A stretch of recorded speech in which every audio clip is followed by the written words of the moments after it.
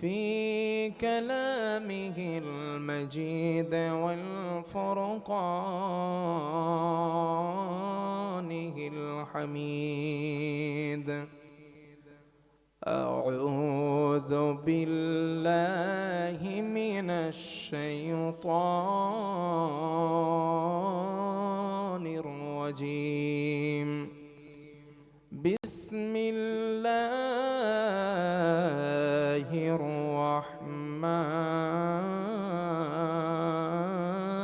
الرحيم. إنما المؤمنون الذين إذا ذكر الله وجلت قلوبهم وإذا تليت عليهم آياته زادتهم إيمانا وعلى ربهم يتوكلون. وقال تعالى في موضع آخر: أعوذ بالله من الشيطان الرجيم. إن هذا القرآن يهدي للتي هي أقوم. وقال رسول الله صلى الله عليه وسلم: خيركم من تعلم القرآن وعلمه، أو كما قال عليه الصلاة والسلام. وقال تعالى في شان حبيبه: إن الله وملائكته يصلون على النبي يا أيها الذين آمنوا صلوا عليه وسلموا تسليما. اللهم صل على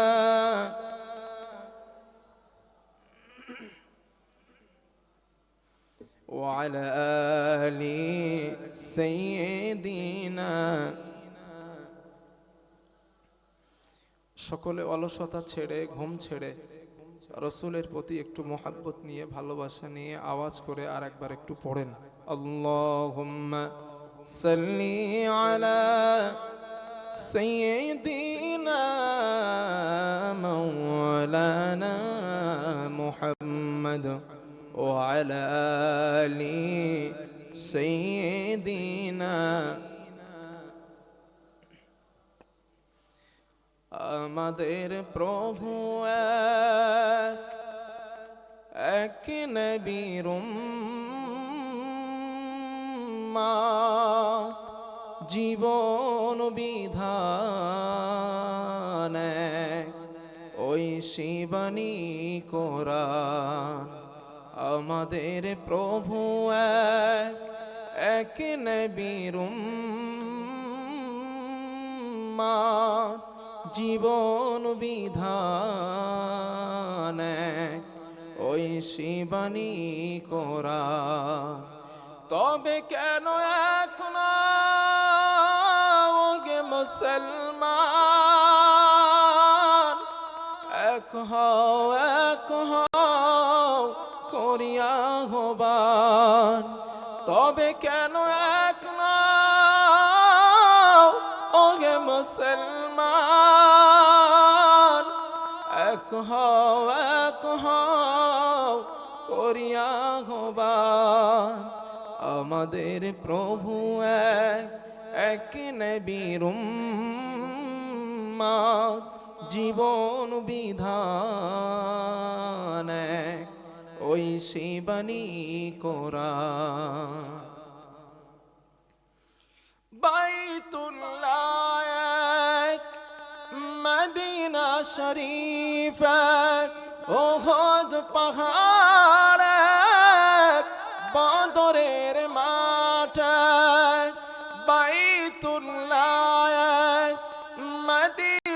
শরীফ এক, ওহদ পাহাড় এক, বদরের মাঠ এক।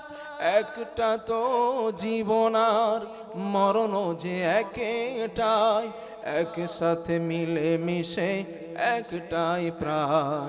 তবে কেন এক নও ওগে মুসলমান, এক হও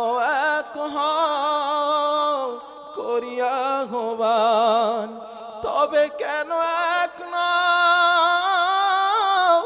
ওগে মুসলমান, এক হও করিয়া আহ্বান।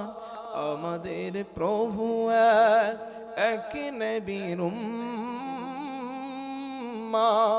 জীবন বিধান এক, ওই শিবানী কোরআন। আলহামদুলিল্লাহ, আজ আমাদের এই মাদ্রাসার প্রাঙ্গণে বসে থাকা আমার গ্রামের ইসলাম দরদি, কোরআন প্রেমিক, আল্লাহ ও তার রসুল প্রেমিক আমার কলেজার আব্বাজান ও যুবক ভাইরা,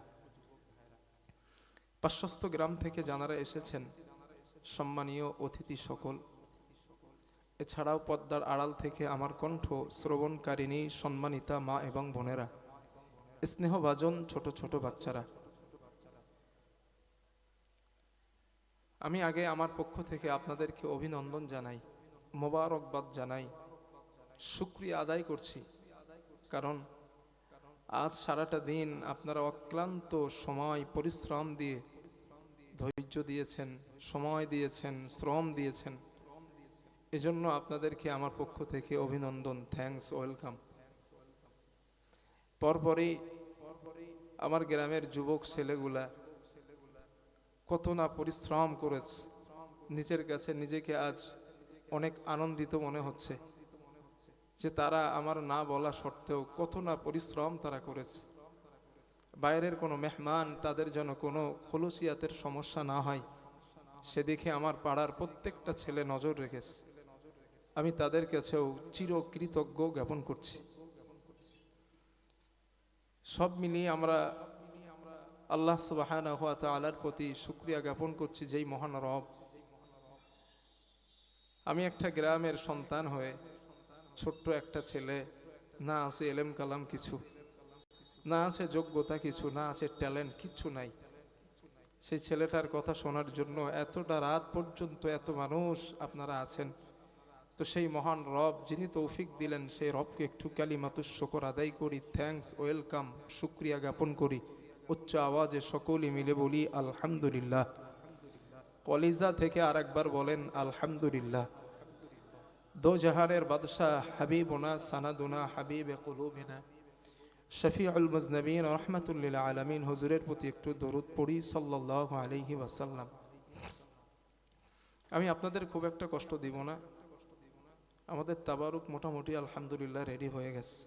আপনাদের জন্য অনেক সুন্দর তাবারুকের ব্যবস্থা আমার গ্রামের মানুষের সহযোগিতায় এবং কমিটিদের মেহনতে তৈরি করতে আমরা সক্ষম হয়েছি আলহামদুলিল্লাহ। তো ওটাও আপনাদেরকে জলসার শেষে পরিবেশন করব। তবে চেয়ে নিচ্ছে আপনাদের কাছ থেকে 1 ঘন্টা সময় আমাকে দেবেন ইনশাআল্লাহ, 1 ঘন্টা সময় দেবেন ইনশাআল্লাহ। শুকরিয়া। তো আজ আমি মুমিন বান্দাদের কিছু বৈশিষ্ট্য আপনাদেরকে শোনাতে যাচ্ছি। আমরা পৃথিবীতে বর্তমান এখানে যারা আছি, পৃথিবীর মধ্যে আমরা, তো আমাদের মধ্যে নাম শুনলে মনে হবে মুসলমান, মাথায় টুপি আছে, দাড়ি আছে, অথবা দাড়ি নাই, শুক্রবারের নামাজে যান অথবা জামাতে নামাজে যান। নাম শুনলে মনে হবে মুসলিম বা মুসলমান, বাবা মুসলিম, সন্তানও মুসলিম, এই সোর্সে আমরা মুসলিম। কিন্তু অরিজিনালি আমরা ইমানদার হিসাবে আল্লাহর কাছে বিবেচিত হতে পেরেছি কিনা, এ বিষয়ে আজ আমরা কোরআন থেকে সরাসরি কিছু নোট, কিছু পয়েন্ট আমরা শুনবো ইনশাআল্লাহ।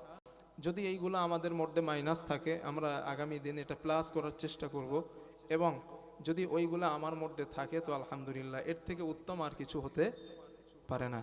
একটা কথা মনে রাখবেন, ইমানদার অবস্থায় ইমান না নিয়ে যদি কবরে যাওয়া হয়, তিনি যে বংশেরই মানুষ হন, যেখানকার মানুষ হন, যে নামেরই হন, যে দলেরই হন, যে কমিউনিটির হন, যদি ইমান না নিয়ে কবরে যাওয়া হয়, আল্লাহর কাছে ওই বান্দার কোনো মূল্য বলেন বলেন নেই।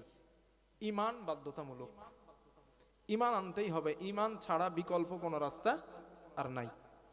এজন্য আজ আমরা ইমান নিয়ে, ইমানদার মুত্তাকি বান্দা কারা, ইমানদারের বৈশিষ্ট্য কি কি, আমরা সরাসরি কোরআন থেকে বলবো। আজ আমি খুব একটা হাদিসের দিকে যাব না। গত বছর অনেক হাদিস বলেছিলাম, আর এবছর বা বিগত বছরগুলো আমি বেশি হাদিসের উপরে কথা বলছি। তো আজ হঠাৎ মনে হলো যে ইমানের ব্যাপারে কিছু কথা বলি, কারণ আমার গ্রামের মানুষ আমার পরিবার। আবার বলছি, আমার গ্রামের প্রত্যেকটা ঘর, প্রত্যেকটা মানুষ আমার পরিবার। কারো প্রতি আমার রাগ নেই, কারো প্রতি আমার গোস্বা নেই, কারো প্রতি আমার কষ্ট নেই, আমি সবাইকে মাফ করে দিয়েছি। আজ কারো প্রতি আমার কোনো গোস্বা নেই, রাগ নেই। আপনারা সবাই আমার পরিবার। আমি চাই আল্লাহ আমাকে জান্নাত দেন এবং আপনাদের সবাইকেও জান্নাত দেন, বলেন আমিন। এই জান্নাতে যাওয়ার রাস্তা কি কি, আল্লাহ তাআলার থেকে উত্তম আর তো কেউ বলতে পারে না, ঠিক না?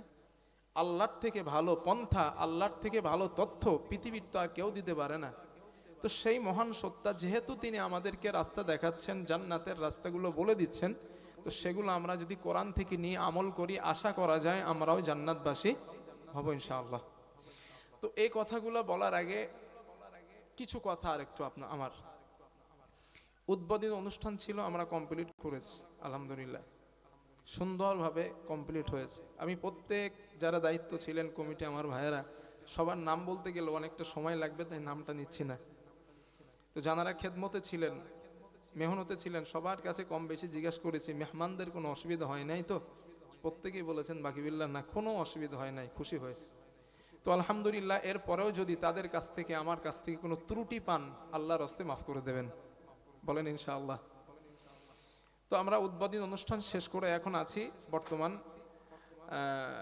জলসার মাহফিল এবং শেষের দিকে একদম। তো মাদ্রাসার ব্যাপারে অনেক ওলামায়ে কেরাম অনেকভাবে কথা বলেছেন, আমাকে নিয়েও কথা বলেছেন। আমি জানি না যে ওরা আমার ব্যাপারে এমন কথা বলবেন। আমি কাউকে কিছু না বলেছি, বা তানারা যে বক্তৃতা দিচ্ছেন এ কথাগুলো আমি নাও জানি। তানারা আমার ব্যাপারে যে হাইলাইট করেছেন, না ভাই আমি এমন কিছু না, আমি আল্লাহর কাছে কেমন আমি জানি না, আমার না আছে কোনো ট্যালেন্ট। আবার বলছি, ইউহিব্বুস সালিহিনা লাস্তু মিনহুম লাআল্লাল্লাহা ইয়ারযুকুনি সালাহা। আমি সলিহিনদের মধ্যে শামিল হতে পারিনি, আমি সলিহিনদের মধ্যে শামিল হতে পারিনি। কখনো আমি নিজেকে বড় আলেম বলি না, বা আলেম মনেও করি না। আমি সবসময় কোরআনের একজন ছাত্র, আমি কোরআনের একজন ছাত্র। আমি আল্লাহর কাছে আশাবাদী, দাবিদার, রব যেন কিয়ামতের দিন সলিহিন বান্দাদের অন্তর্ভুক্ত আমারে করে দেন, এতটুকু চাওয়া আল্লাহর কাছে, আর কিচ্ছু নাই। আমি ফকির মানুষ, যা বলছেন এগুলা ওনারা দেখেছেন জেনেছেন তাই, তবে আমি বলছি আমি ফকির মানুষ, আমার কিচ্ছু নাই। প্রিয় ভাইরা, আমার গ্রামবাসী আব্বা জানেরা, তো এই যে মাদ্রাসার ব্যাপারে কথাবার্তা শুনেছেন, আমি দুটো একটা কথা বলি, বাকি কথা বলবো ইনশাআল্লাহ। আমার অভিজ্ঞতার কথা দুটো একটা বলি। আমি ভারতবর্ষের উড়িষ্যা রাজ্য ছাড়া প্রত্যেক রাজ্যে প্রোগ্রাম করতে গেছি, আল্লাহ নিয়ে গেছেন। আমি যখন হায়দ্রাবাদে গিয়েছিলাম মাহফিল করতে, কোনো একটা মিশন, কেরালাতে কোনো একটা মিশন সফরে গিয়েছিলাম দেখার জন্য। তো ওখানে যাওয়ার পর ক্লাস 2 এর ক্লাসে যখন আমি ঢুকেছি, ওখানকার বাচ্চাগুলো অল ইংলিশে আমার সঙ্গে কথা বলছে।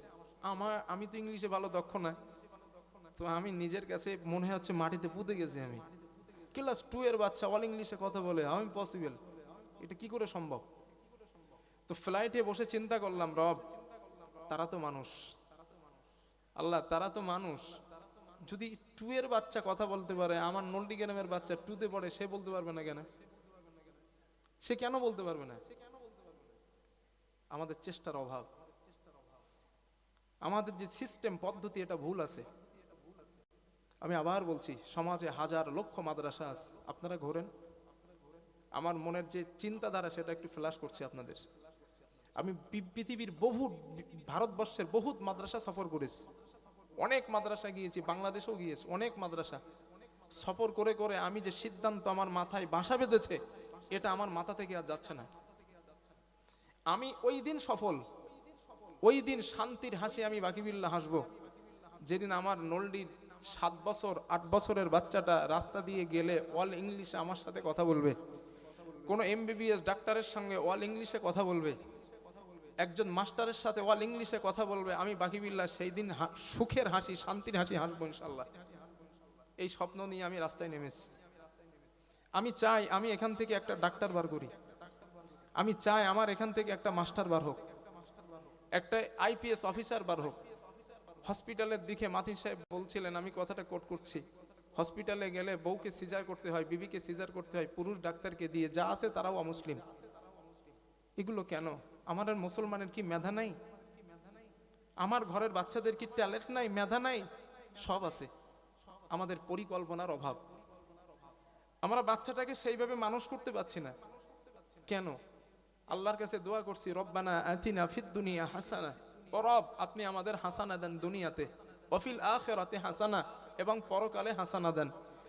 আবার পৃথিবী থেকে এই দোয়া করে চলে আসার পরে আমরা পৃথিবীতে অলসতায় পড়ে গেছি। আল্লাহ যেন এ কথা বলে, তুমি একটু আগেই না আমারে বলছিলে আল্লাহ আমারে দুনিয়ায় হাসানা দাও, তো বান্দা পৃথিবীতে হাসানা চাইতে গেলে, নিতে গেলে তোমাকে ট্যালেন্টেড হতে হবে। পৃথিবী বর্তমান যেটার উপরে প্রতিষ্ঠিত আছে, যেটা চলমান আছে, সেটাকে তোমার মধ্যে অ্যাকসেপ্ট যোগ্য করতে হবে। এরপরে তুমি আমার কাছে হাসানা চাও, আমি রব তোমারে হাসানা দিব। কথা কি বুঝে আসছে আমার? আমি বাকিবিল্লাহ আম গাছ লাগালাম, আশা করছি মাবুদ তুমি আমারে আপেল দাও। আল্লাহ তো বলবে তুমি লাগিয়েছো আম গাছ, আপেলের আশা কেন করো?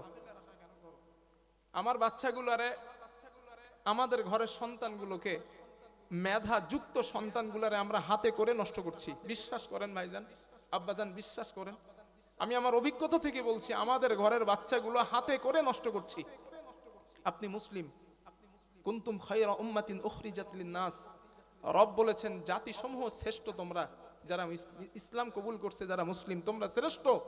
এখন এই শ্রেষ্ঠ ইসলাম, শ্রেষ্ঠ ধর্ম, এটা যদি কোনো শিক্ষিত অমুসলিমকে বোঝাতে যায়, তার ভাষা বাংলা না, বা বাংলা জানেন তিনি বাংলায় বলবেন না, এখন আপনার ইচ্ছা আমি তার ইসলাম বোঝাবো, আপনার তার ভাষাটা জানতে হবে তাকে ইসলাম বোঝাতে গেলে, ঠিক কিনা? তার ভাষা তাকে জানতে হবে। আমি একটা দুটি এক্সাম্পল দেই।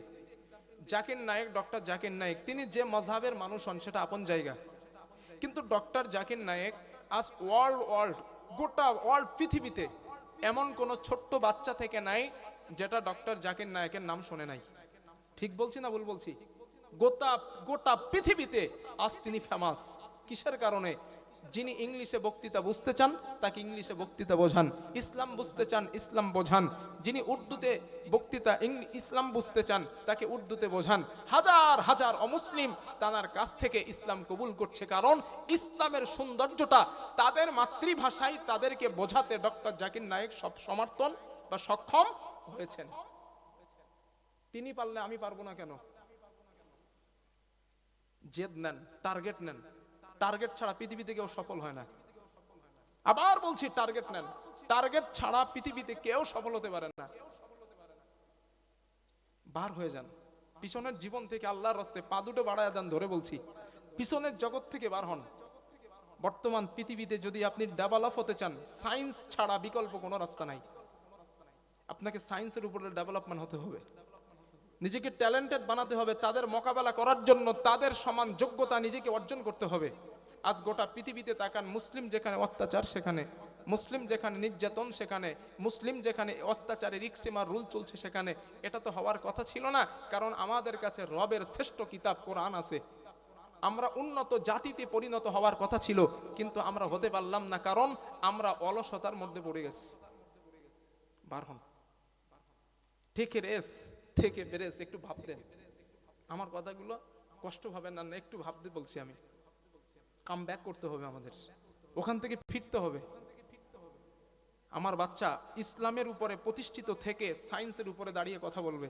আমি সিদ্ধান্ত নিয়েছি ইনশাআল্লাহ আগামী বছর থেকেই দেখতে পাবেন এই স্টেজে দাঁড়িয়ে ইনশাআল্লাহ আগামী বছর আমার ক্লাস 5-এর 1-এর বাচ্চা, ক্লাস 2-এর বাচ্চা আগামী বছর ইংলিশে বক্তৃতা দিবে। আজ আমি কথা দিচ্ছি ইনশাআল্লাহ। একটা বছর সময় নিচ্ছে, এক বছর পর সূরা ফাতিহা বাংলা বাচ্চাটা পড়বে, এর ট্রান্সলেশন ইংলিশের মাধ্যমে করবে ইনশাআল্লাহ। আমি গ্যারান্টি দিচ্ছি আল্লাহর উপরে ভরসা করে। মনে আছে আপনাদের এখান থেকে 8 বছর 7 বছর আগে বলেছিলাম, যেদিন এই মাদ্রাসার প্রথম একটা ভিত হয়েছিল, আমি আপনাদের এই ময়দানে কথা দিয়েছিলাম, যদি কোনো মানুষ আমার সঙ্গে না আসে, আমি বাকিবিল্লাহ হলেও 1 কোটি টাকা খরচ করে এই মাদ্রাসা করব। মনে আছে আপনাদের কথাটা? আজ আমি আমার কথা পূরণ করেছি। আজ এই কথা দিচ্ছি, 1 বছরের ব্যবধানে এই স্টেজে দাঁড় করায়া আমার এই মাদ্রাসার বাচ্চাকে অল ইংলিশে বক্তৃতা দেওয়াবো ইনশাআল্লাহ। 1 বছর সময় চাচ্ছি, দোয়া চাই আপনাদের কাছে, আর কিচ্ছু না। একটু দোয়া চাই, আর এই যে বাপ-হারা সন্তানটার মাথায় একটু হাত চাই, আর কিচ্ছু না। আমি আপনাদের কাছে চাপ দিয়ে অর্থ চাইবো না, সক্ষম যেটা হবেন সেটা দেবেন, হাসি মুখে নেব, তবে স্নেহর হাতটা আমার মাথায় একটু দিয়েন। এছাড়া আমার আপনাদের কাছে কিচ্ছু চাওয়ার নাই। একটু ভালোবাসার হাত দিবেন, আপনাদের এই নলডি গ্রাম গোটা পৃথিবীর কাছে পৌঁছে দেবো ইনশাল্লাহ। আমি ভাইজানেরা যে কথা বলছিলেন, মুর্শিদাবাদ, মালদা যেখানেই যান বলবেন আমি মাওলানা বাকিবিল্লাহ হুজুরের গ্রামের মানুষ, আপনারা বুকে জড়িয়ে ধরবে ইনশাল্লাহ। এটা হলফ করে বলছি না, লা ফখর ফিহিম। একদিন আজ বলছি, এই প্রতিষ্ঠানের কারণে আমার গ্রামের নাম, এই নলডির নাম আমি অঙ্গনে অঙ্গনে পৌঁছে দেবো ইনশাআল্লাহ। আমি দায়িত্ব নিচ্ছি, আল্লাহর উপরে ভরসা করে বলছি, অঙ্গনে অঙ্গনে পৌঁছে দেবো। আমার এখানকার বাচ্চা দাঁড়িয়ে রসুলের সিরাতের উপরে অল ইংলিশে বক্তৃতা দিবে, আমি কথা দিচ্ছি। এই বাচ্চাটা পূর্ণাঙ্গ কোরআনুল কারীম হদরের সঙ্গে তেলাওয়াত করা আমরা শেখাবো, এবং স্পিকিং আরবিকে কথা বলা শেখাবো। ইসলামের মৌলিক শিক্ষা বাচ্চাটাকে দিয়ে সায়েন্সের উপরে বাচ্চাটাকে ডেভেলপ করবো ইনশাআল্লাহ।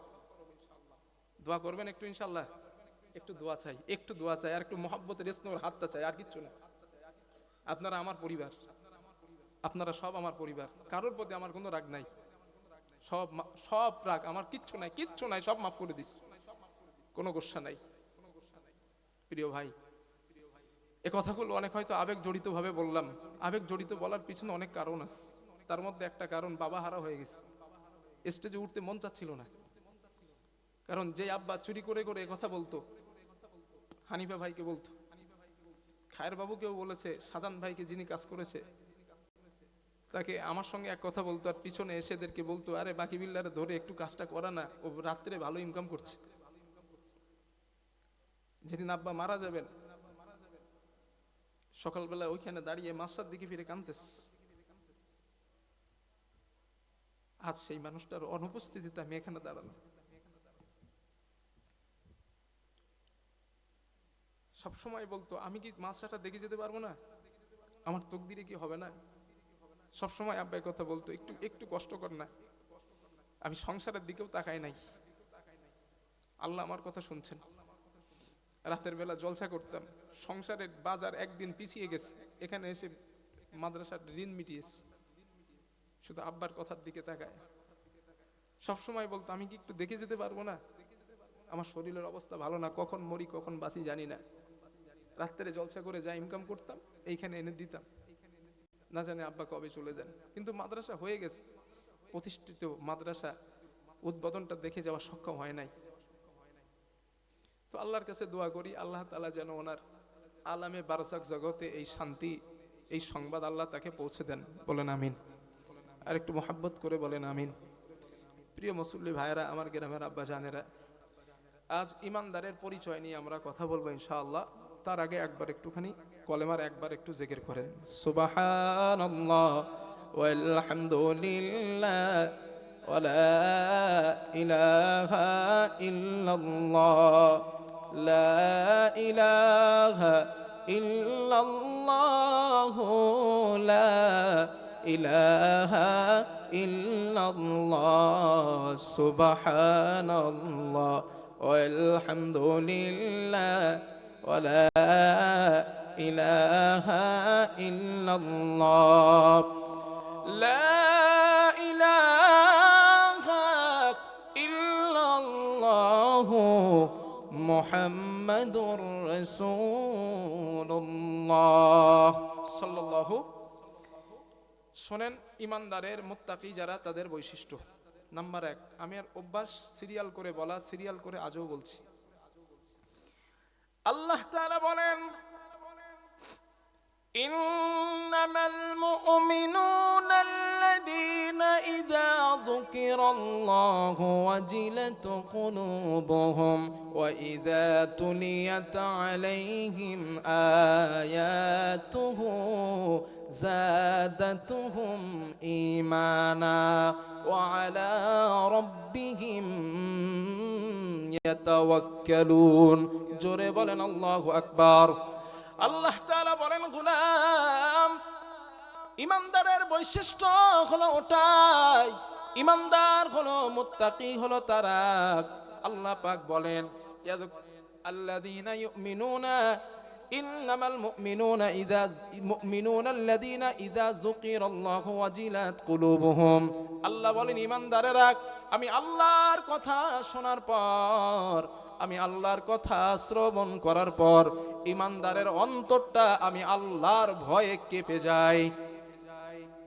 আপনি অন্যায় করছেন, কেউ একজন বলল অন্যায় করেন না, ওই বান্দার মধ্যে যদি একটু ঈমান থাকে, আল্লাহর কথা শোনার সাথে সাথে তার অন্তরের মধ্যে ভয় আসবে। আমি অন্যায়টা কেন করলাম, পাপটা কেন করব, এই চিন্তা বান্দার মধ্যে যদি কাজ করে যায়, আল্লাহ বলেন তুমি একজন ঈমানদার। সুবহানাল্লাহ। আল্লাহ বলেন 2 নাম্বার, وَإِذَا تُلِيَتْ عَلَيْهِمْ آيَاتُهُ। আল্লাহ পাক বলেন, ঈমানদারের সামনে যখন আমি আল্লাহর কোরআন তেলাওয়াত করা হয়, কোরআন থেকে যখন কথা বলা হয়, কোরআন যখন ঈমানদার বান্দাগুলা শোনে, আল্লাহ বলেন জাদাতুহুম ঈমানা, আমি আল্লাহ তাদের ঈমানটা আরো বাড়ায়া দেই। সুবহানাল্লাহ বলতে মন চায় না? এখানে বসে আছেন, কোরআন যত শুনবেন আল্লাহর ওয়াদা ঈমান বেড়ে যাবে, কারণ আমরা সবাই ঈমানদার, ঠিক কি না? বলেন না ইনশাআল্লাহ, বলেন না ইনশাআল্লাহ, আমরা সবাই ঈমানদার। আল্লাহ বলেন 3 নাম্বার, ওয়ালা রাব্বিহিম ইয়াতাওয়াক্কালুন। আল্লাহ বলেন ঈমানদার হলো তারা প্রতিটা মুহূর্ত ভরসা যারা আল্লাহর উপরে করে, আল্লাহর উপরে তাওয়াক্কুল করে, বিপদে পড়েছে, মুসিবতে পড়েছে, আল্লাহ পাক বলেন ঈমানদার যারা, তারা আমি আল্লাহর উপরে ভরসা করবে। বাবা অসুস্থ, না জানি কোন ডাক্তারের কাছে নিলে বাবা সুস্থ হয়ে যায়, এই চিন্তা ঈমানদার করার পাশাপাশি এই চিন্তা করবে যে ডাক্তারের কাছে যায় না কেন, আল্লাহ যদি আমাকে ভালো না করেন, আমার বাবাকে সুস্থ না করেন, আমার বাবা সুস্থ হবে না। এই বিশ্বাস ঈমানদারের থাকবে। আল্লাহ পাক বলেন, ঋণগ্রস্ত হয়েছো, মুসিবতে পড়েছো, টেনশনে পড়ে গিয়েছো, বান্দা তুমি যদি ঈমানদার হও, ভরসা করো আমি আল্লাহ পাকের উপরে। জোরে জোরে বলেন সুবহানাল্লাহ, নারে তাকবীর। আল্লাহ পাক বলছেন, ঈমানদার ভরসা আমি রবের উপরে করো। এটা তুমি ঈমানের, তোমার দায়িত্ব, এটা তুমি ঈমানদার। তাহলে প্রতিটা মুহূর্ত ভরসা হবে কার উপরে? আল্লাহ তাআলার। এটা গেল ঈমানদারের বৈশিষ্ট্য। নাম্বার 2, যারা মুমিন হবে, যারা মুমিন, তারা আল্লাহর সাথে শিরিক করবে না, শিরিক করবে না। দেখেন আল্লাহ কি বলেন, আল্লাহ তাআলা বলেন,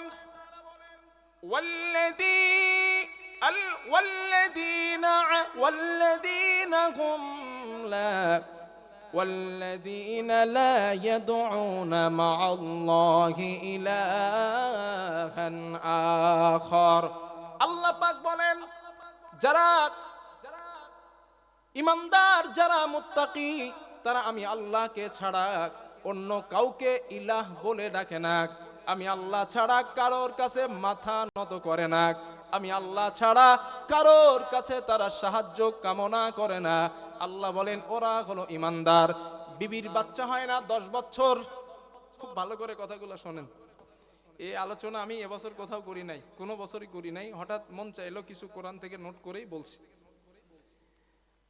বিবির সন্তান হয় না 10 বছর, কেউ আপনাকে যুক্তি দিয়েছে, আজমিরে যান, খাজা বাবার কাছে যান, হুজুর আমার বিবির 10 বছর বাচ্চা হয় না, এত ডাক্তার দেখালাম কোনো কাজে আসে না, আপনি একটা বাচ্চার ব্যবস্থা করে দেন। আল্লাহ পাক বলেন, এই বিশ্বাস তোমার খাজা বাবার উপরে হয়ে গিয়েছে, সুতরাং তোমার নাম ঈমানদারের খাতা থেকে কাটা পড়ে গেছে, তুমি ঈমানদার না, কারণ তোমার বিশ্বাস খাজা বাবা সন্তান দিতে পারে। কথা বুঝে আসছে আমার? বসে হুজুরের মাজারে গেছেন, জিয়ারত করতেছেন, সব আল্লাহর কাছে বলছেন আল্লাহ আমার এইটা দাও, ওইটা দাও, সেইটা দাও, হাবিজ দাও, সব আল্লাহরে বলছেন। মাঝখানে একটুখানি বলছেন আল্লাহ আমি খুব বসে হুজুর আমি খুব ঋণগ্রস্ত আছি, একটুখানি ঋণটা পরিশোধের ব্যবস্থা করে দেন না। আপনি মুশরিক, আপনি ইমানদার না, আপনার ইমান চলে গেছে। আল্লাহ পাক বলেন ওয়াল্লাযীনা লা ইয়াদউনা মা'আল্লাহি ইলাহান আখার, যারা ইমানদার তারা আমি রবের সাথে কখনো শিরিক করবে না। রাসূলুল্লাহ সাল্লাল্লাহু আলাইহি ওয়াসাল্লাম বলেছেন উম্মত যদি জীবন চলে যায়, তোমাকে যদি হত্যা করা হয়, মেরে ফেলা হয়, তুমি হত্যা হতে রাজি হবে, আগুনে যদি পোড়াতে চাই তুমি পুড়তে রাজি হবা, আল্লাহর সাথে তুমি শিরিক করবে না। কেন করবে না? দেখেন আল্লাহ কি বলেন। আল্লাহ তাআলা বলেন ইন্নাল্লাহা লা ইয়াগফিরু আন ইউশরাকা বিহি ওয়া ইয়াগফিরু মা দুনা যালিকা লিমান ইয়াশা ওয়া মান ইউশরিক বিল্লাহি ফাকাদ ইফতারা ইসমান আযীমা। জোরে বলেন আল্লাহু আকবার। আল্লাহ পাক বলেন নিশ্চয় যারা আমি আল্লাহর সঙ্গে শিরিক স্থাপন করেছে, আমি আল্লাহর সঙ্গে শিরিক করেছে, আল্লাহ বলেন লা ইয়াগফিরু, আমি কখনো তাদের ক্ষমা করব না, আইয়ুশরাকা বিহি, যারা আমি রবের সঙ্গে শিরিক করলো, আল্লাহ বলেন আমি তাদের মাফ করব না। মাফ যদি না হয়, ক্ষমা যদি না হয়, ঠিকানা কোথায়? আল্লাহ কোরআনে অন্য জায়গায় বলেন ইন্নাহু মাইয়ুশরিক বিল্লাহি ফাকাদ হারামাল্লাহু আলাইহিল জান্নাহ ওয়া মাওয়াহুন নার।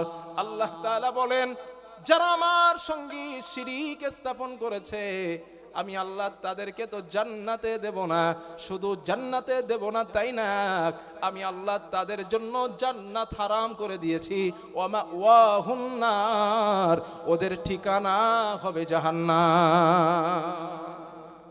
তারা কারা? যারা আল্লাহর সাথে শিরিক করে। দুটো একটা কথা বলি, কিছু মনে নেবেন না। আমাদের বাড়িতে ওই দুটো একটা বাচ্চাদের কপালে দেখবেন মা বোনেরা টিপ দেয়, কালো টিপ দেয় না? কি বলে যে বাচ্চার নজর লাগবে, এই নজর লাগা থেকে বাঁচার জন্য কালো টিপ দিস, এ কথা বলে তো। এটা শিরিক আসগার, এটাও শিরিকের অন্তর্ভুক্ত। বাচ্চাদের দাঁত পড়ে গেছে, ছোট মানুষ দাঁত পড়ে গেছে, এখন এই আদুরে দাঁতটা নিয়ে ইঁদুরের গর্তে দেয় আর বলে ইঁদুর মামা, ইঁদুর মামা, ছোট দাঁতটা দেন আর বড় দাঁতটা নেন। এ কথা চালু আছে না? এ কথা বলাও শিরিক। এটা শিরিক আকবার, বড় শিরিক। এ কথা বললে আপনি মুশরিক, তওবা না করে মারা গেলে জাহান্নামে যাবে। এই জন্য সাবধান, খুব সাবধান শিরিকের ব্যাপারে। রাসূলুল্লাহ সাল্লাল্লাহু আলাইহি ওয়াসাল্লাম সাহাবায়ে কেরাম বসে আলোচনা করছেন, দাজ্জালের ফিতনার ব্যাপারে কথা বলছেন। ঠিক রাসূল সাল্লাল্লাহু আলাইহি ওয়াসাল্লাম প্রবেশ করলেন, নবীজি বলছেন আচ্ছা আমি নবী কি তোমাদের দাজ্জালের ফিতনার থেকে ভয়ঙ্কর কোন ফিতনার কথা বলবো না? সাহাবারা তো আশ্চর্য, হুজুর একটু আগেই তো আপনি বলছেন পৃথিবীর শ্রেষ্ঠ ফিতনা দাজ্জালের ফিতনা, আবার বলছেন এর থেকে ভয়ঙ্কর? নবীজি বলেন হ্যাঁ এর থেকে ভয়ঙ্কর একটা ফিতনা আছে। সেটা কি ফিতনা? নবীজি বলেন আর রিয়া, গোপন শিরিক। কি শিরিক? গোপন গোপন গোপন শিরিক। রাসূল বলেন আমার উম্মতের প্রতি আমি নবী ভয় পাই যে আমার অনেক উম্মত এই গোপন শিরিক করার কারণে জাহান্নামের বাসিন্দা হয়ে যায় কিনা। প্রিয় ভাইরা, আব্বা জানেরা, খবরদার, খুব সাবধান। একটা কথা জবান থেকে বার করার আগে খুব সাবধান।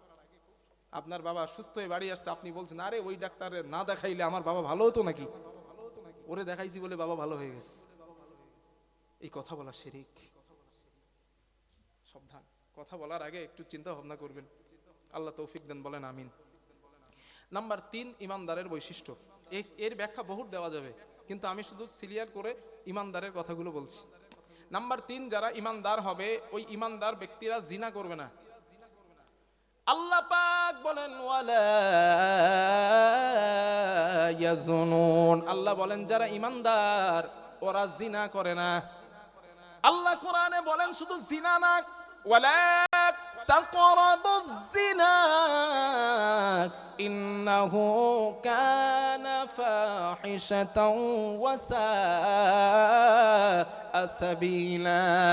আল্লাহ তাআলা বলেন ঈমানদার জিনা করা তো দূরের কথা, ঈমানদার বান্দারা জিনার কাছে পর্যন্ত যাবে না, কারণ আল্লাহ বলেন এটা অনেক খারাপ কাজ, এটা অনেক পাপাচার মন্দ কাজ।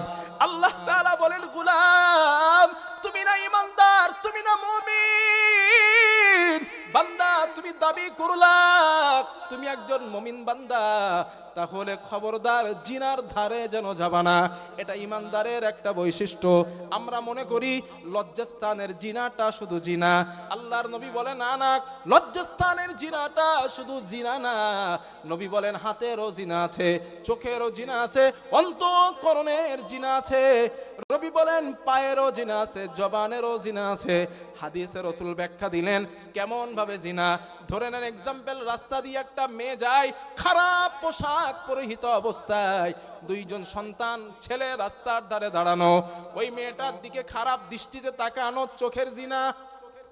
হাদিস মুসলিমের বর্ণনা। রাসূল বলেন তাদের সঙ্গে কথা বলাটা দরকার ছাড়া বেদরকারি কথা বলাটা, আল্লাহর নবী বলেন এটা জবানে জিনা। নবী বলেন তাদের সঙ্গে মোবাইলে, এই যে মোবাইলে কথা বলে এটাও ওই জিনার অন্তর্ভুক্ত। আপনি হাত দিয়ে ফোনের মধ্যে মেসেজ লিখছেন, ওই মেসেজ লেখার কারণে নবীজি বলেন তোমার হাতের জিনা আমল নামায় লেখা হয়ে গেছে। রাতের বেলা ঘুমের মধ্যে অথবা শুয়ে যাওয়ার পর তোমরা মহিলাটাকে নিয়ে খারাপ ধারণা করেছো, নবী বলেন তোমার অন্তঃকরণের জিনা হয়ে গেছে। আল্লাহর নবী বলেন এই জিনার ব্যাপারেও কিয়ামতের দিন আল্লাহ তোমাদের জিজ্ঞাসা করবে। যিনি ঈমানদার, যিনি মুমিন, যিনি মুত্তাকি ওয়ালা ইয়াজনুন, আল্লাহ বলেন ওরা জিনার ধারেও যাবে না। সুতরাং আল্লাহ এখান থেকে আমাদের হেফাজত করেন, বলেন আমিন। নাম্বার 4, ঈমানদার ব্যক্তি নিজেদের লজ্জাস্থানকে হেফাজত করে। যুবক ভাই ভালো করে শোনেন, আল্লাহ তাআলা বলেন ওয়াল্লাযীনা হুম লিফুরুজিহিম হাফিজুন। আল্লাহ বলেন তারাই তো মুমিন যারা নিজেদের লজ্জাস্থান যৌবনকে হেফাজত করবে।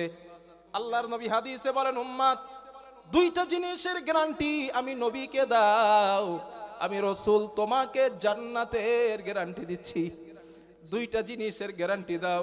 এক নাম্বার তোমার জবান, ওই জবানের গ্যারান্টি আমি নবীকে দিয়ে দাও, আমি রাসূল জান্নাতের গ্যারান্টি দিলাম।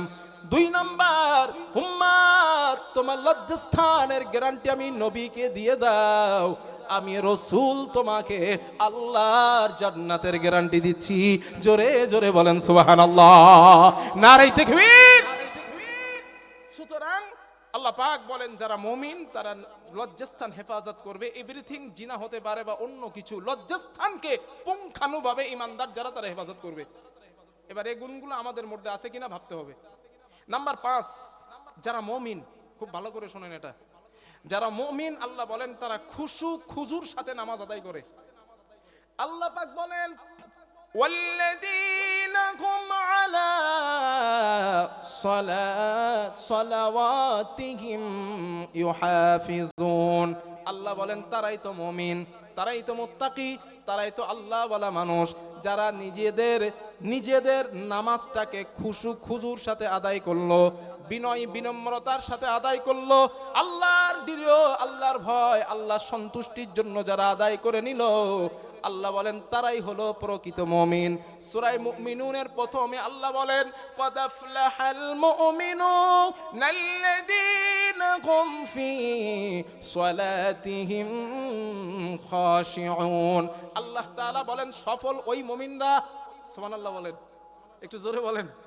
আল্লাহ পাক বলেন সফল ওই সব মুমিনেরা যারা নিজেদের নামাজে বিনয় বিনম্রতা প্রকাশ করলো, খুশু খুজুর সাথে নামাজ আদায় করলো। আল্লাহ বলেন ওরা সফল। নামাজি সফল, কোরআনে এ কথা কোথাও নাই। আবার বলছি, নামাজি সফল এ কথা আল্লাহ কোথাও বলে নাই। আল্লাহ বলেন ওই নামাজিরা সফল যারা বিনয়ী বিনম্রতার সাথে খুশু খুজুর সঙ্গে নামাজ আদায় করে। আল্লাহ বলেন ওরাই তো সফল। কেন আল্লাহ নামাজিকে সফল বলে নাই? কেন বলে নাই? দেখেন আরেকটা আয়াত শোনেন। আল্লাহ তাআলা বলেন ওয়াইদা ক্বামু ইলাস সালাতি ক্বামু কুসালা ইরাউনান নাস। আল্লাহ তাআলা বলেন মানুষ, এই সমাজের মধ্যে কিছু নামাজীকে তোমরা দেখতে পাবা, কিছু নামাজি বেশধারী মানুষকে তোমরা পাবা, তোমাদের পাশেই তারা সালাত আদায় করবে, নামাজ আদায় করবে, তোমাদের সঙ্গে নামাজে জামাতে যাবে, এমন কিছু মানুষকে তোমরা পাবা। আল্লাহ বলেন ইউরাউনান নাস, ওরা আসলেই মানুষকে দেখানোর জন্য নামাজ পড়ে। নবীজি বলেন ওরা মুনাফিক। যারা মানুষকে দেখানোর জন্য নামাজ পড়ে ওরা হলো মুনাফিক। সারা বছর কোনো খবর নাই, কষ্ট পাবেন না আপনারা, সারা বছর নামাজের কোনো খবর নাই, জুমার দিন ফার্স্ট কাতারে গিয়ে দাঁড়ায় যায়, ইমাম সাহেব যেই খুতবা শেষ করে দেয় দৌড়। আমিও মাঝে মধ্যে দৌড় দিই, সেটা বড় কথা না, তবে আলহামদুলিল্লাহ আমি বাড়িতে এসে সুন্নাত মোতাবেক নামাজ আদায় করি। আমি চলে আসি অমনি না, আমি একটা সুন্নাত বেশি নেব বলে চলে আসি। তবে এই যে সুন্নাত গুলা ছেড়ে দিই, কতজন বাড়িতে পড়েন আল্লাহু আলাম, তিনি ভালো জানেন। সারা সপ্তাহ খবর নাই, নামাজের সময় আসলে হয়। আবার কিছু মানুষ আছে দেখবেন ভোটের সময় আসলে বিরাট নামাজি হয়ে যায়। না, আল্লাহ তাআলা বলেন ওরা মুনাফিক। যারা মানুষকে দেখানোর জন্য নামাজ পড়ে, ইবাদত করে, আল্লাহ পাক বলছেন ওদের নামাজ আমার কাছে গ্রহণযোগ্যতা পাবে না। কারণ ফাওয়াইলুল লিল মুসাল্লিন, ওরা ক্ষতিগ্রস্ত ধ্বংসপ্রাপ্ত নামাজি। কারণ ওদের নামাজের মধ্যে ছিল না খুশু, ছিল না খুজু, ছিল না আমার সন্তুষ্টি। তারা নামাজ পড়ছে শুধু পড়তে হয় তাই। আল্লাহ বলেন নন অ্যাকসেপ্ট, এ নামাজ আমার কাছে, এ নামাজ কবুল হবে না, এ নামাজ জান্নাতে নিয়ে যাবেন আপনাকে। নামাজ কারে বলে জানেন? একটা এক্সাম্পল দেই, হযরত আলী রাদিয়াল্লাহু আনহুর পায়ে তীর লেগেছে কোন একটা যুদ্ধের মাঠে। এখন সাহাবায়ে কেরাম তীরটা বার করবেন, এত বেদনা, এত ব্যথা, কষ্ট পাচ্ছেন। হযরত আলী রাদিয়াল্লাহু আন কোন মতে তীরটাকে বার করতে দেন না। উনি বলেন না, অসম্ভব, আমি পাচ্ছি না। নবীজি চিন্তা করলেন একটা লাইন আছে, কি? সাহাবাদের বললেন এখন বার করতে হবে না, দেখি আলী নামাজে দাঁড়াক। যখন নামাজে দাঁড়াবে তখন তীরটা বার করবা। সুবহানাল্লাহ বলতে মন চায় না? হযরত আলী নামাজে দাঁড়ায় গেছে, রাসূল ওমরকে বলছেন ওমর এই ফাঁকে টান দাও। হযরত ওমর আলী দাঁড়িয়ে কেরাত পড়ছেন, আলহামদুলিল্লাহি রাব্বিল আলামিন আর রহমানির রহিম মালিক ইয়াউমিদ্দিন, কেরাত পড়ছেন। হযরত ওমর টান দিয়ে ছিনে নিলেন, তীরটা খুলে নিলেন, বার করলেন, নামাজ শেষ। হযরত আলী রাদিয়াল্লাহু আনহু আসছে, তীর কই গেল? তীর তো ছিল, এই তো পাইছিল তীর, কই তীর কোথায়? আশ্চর্য, তীর কই? পার হয়ে গেছে। এটার নাম নামাজ, এটার নাম সালাত। নামাজ হলো, নামাজি হলো তিন প্রকার। ভালো করে হাদিসটা শুনে রাখেন, মনে রাখেন। এই হাদিসটা পুরো ওয়াজের সমাপ্ত অংশ এটা। নামাজি হলো তিন প্রকার। এক প্রকার নামাজি কিয়ামতের দিন বিনা হিসাবে জান্নাতে যাবে। আমি বলি না, রাসূল বলছেন। দুই নাম্বার নামাজি, তাদের হিসাব সহজ করা হবে। তিন নাম্বার নামাজি, তাদের হিসাব প্রচন্ড কঠিন করা হবে। এই তিন প্রকার নামাজি। নাম্বার এক, যাদের নামাজ রাসূলের নামাজের সঙ্গে মিলেছে, সাহাবাদের নামাজের সঙ্গে মিলেছে। নামাজে দাঁড়ালে আল্লাহ ছাড়া তারা আর কাউকে কিছু বোঝে নাই, তারা বিনা হিসাবে ওই নামাজি জান্নাতে যাবে। দুই নাম্বার, নবীজি বলেন ওই নামাজের হিসাব সহজ করা হবে। সেই নামাজি যারা নামাজে দাঁড়িয়েছে, মনটা নামাজের মধ্যে আছে, শয়তান এসে মনটা বাড়ির দিকে নিয়ে গেছে। আবার চিন্তা করছে, ইস আমি তো নামাজে আছি, আবার নামাজে আসছে। কিছু সময় পর মনটা আবার বাজারে গেছে, হাই হাই বাড়িতে তো মেয়ে জামাই আসছে, বাজার করা হয়নি, মনটা আবার বাজারে গেছে। নবীজি বলেন আবার কিছু সময় পর মনটা নামাজে চলে আসছে। রাসূল বলেন এই যে নামাজের মধ্যে শয়তানের সঙ্গে জিহাদ করেছে আমার উম্মত, এই জিহাদ করার কারণে কিয়ামতের দিন ওই উম্মতকে আল্লাহ তাআলা সহজ হিসাব নিয়ে তথা একেও বিনা হিসাবে আল্লাহ জান্নাত দিয়ে দিবেন। সুবহানাল্লাহ বলেন। রাসূল বলেন তিন নাম্বার নামাজি নামাজে দাঁড়াইছে, কিন্তু এক সেকেন্ডের জন্য নামাজে মন নাই। হাবিজাবি নামাজে ধড় আছে, মন আছে অন্যদিক, সারা দুনিয়া ঘুরছে মন। নবীজি বলেন এই নামাজের হিসাব ভয়ঙ্কর হবে। আল্লাহ এই 3য় নম্বর নামাজি থেকে আমাদের হেফাজত করেন, বলেন আমিন। আরো জোরে বলেন আল্লাহুম্মা আমিন। সুতরাং আল্লাহ বলেন 5 নাম্বার ইমানদারের বৈশিষ্ট্য, তারা খুশু খুজুর সাথে আমি আল্লাহর সন্তুষ্টির জন্য নামাজ আদায় করবে। আল্লাহ তৌফিক দেন, বলেন আমিন।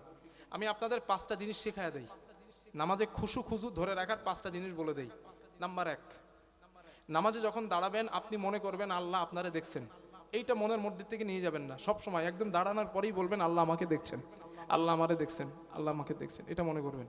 2 নাম্বার, আপনি যখন রুকুতে যাবেন 2 পায়ের মাঝখানে যেই জায়গাটা আছে না, ওই জায়গার দিকে নজরটা এমন ভাবে দিবেন সাইডের অংশ যেন আপনি দেখতে পাচ্ছেন না। আপনি পরীক্ষা করে দেখবেন, আজ ফজর থেকে খুশু খুশু আসবে ইনশাল্লাহ। আমি মসজিদেও সম্ভবত এই কথা বলেছিলাম একদিন জামাতে। নাম্বার 3, যখন আপনি রুকু থেকে উঠে সেজদায় যাবেন, সেজদায় যাওয়ার পর আপনার নজরটা, যেই নজর, এই নজরটা নাকের মাথায় দিবেন, একদম নাকের মাথায়, এরকম করে 2 চোখটা নাকের মাথায় নজরটা এনে দিবেন, দেখবেন নামাজে খুশু খুশু নষ্ট হবে না ইনশাল্লাহ। এখান থেকে ওঠার পরে যখন আপনি তাশাহুদে বসবেন, তাশাহুদে বসার পর আপনার নজরটা একদম কোলে রাখবেন, সামনেও দিবেন না, সাইডেও দিবেন না, কোথাও দিবেন না, পুরো কোলে রাখবেন। এইভাবে একদিন নামাজ, 1 ওয়াক্ত নামাজ পড়ে দেখেন ইনশাআল্লাহ, আল্লাহর উপরে ভরসা করে বলছি, রাসূলের হাদিস অনুসারে বলছি, আপনার নামাজে খুশু খুশু 100% থাকবে। আর এই নামাজ আপনাকে জান্নাতে নিয়ে যাবে ইনশাআল্লাহ। এই নামাজ আল্লাহ তৌফিক দেন, বলেন আমিন। তো ইমানদারের বৈশিষ্ট্য 5 নাম্বার, তারা খুশু খুজুর সাথে নামাজ পড়বে। নাম্বার 6, ভাইটাল পয়েন্ট, মুমিন বান্দা বাবা মার সাথে শব্দ করে কথা বলবে না। ভাইটাল কথা এটা।